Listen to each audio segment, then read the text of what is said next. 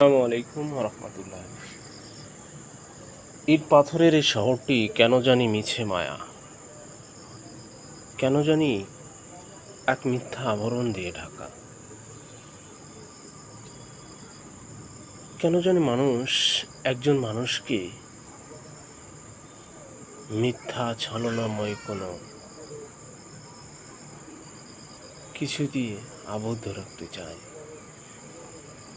নিজের প্রকৃত অবস্থাটা কেন জানি মানুষ মানুষের সামনে প্রকাশ করতে চায় না। এই ইট পাথরের শহরটায় ছুটে চলেছে মানুষ জীবিকার তাগিদে। কত মানুষ এই ইট পাথরের ঢাকা শহরে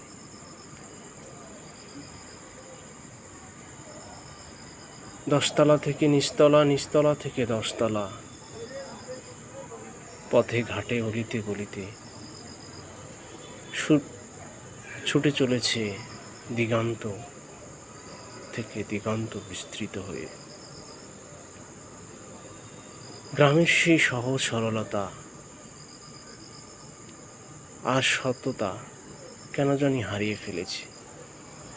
নিজেকে কেন জানি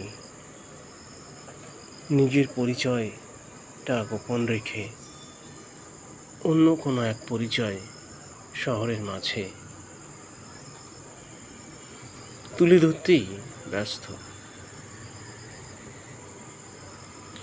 শহরটাকে নিজের আপন ঠিকানার চাইতেও বেশি ভাবতে গিয়ে নিজেকে নিজের মতো করে তুলে ধরতে অনেক কষ্ট করতে হয়। সত্যটাকে ধামাচাপা দিয়ে রাখতে হয়।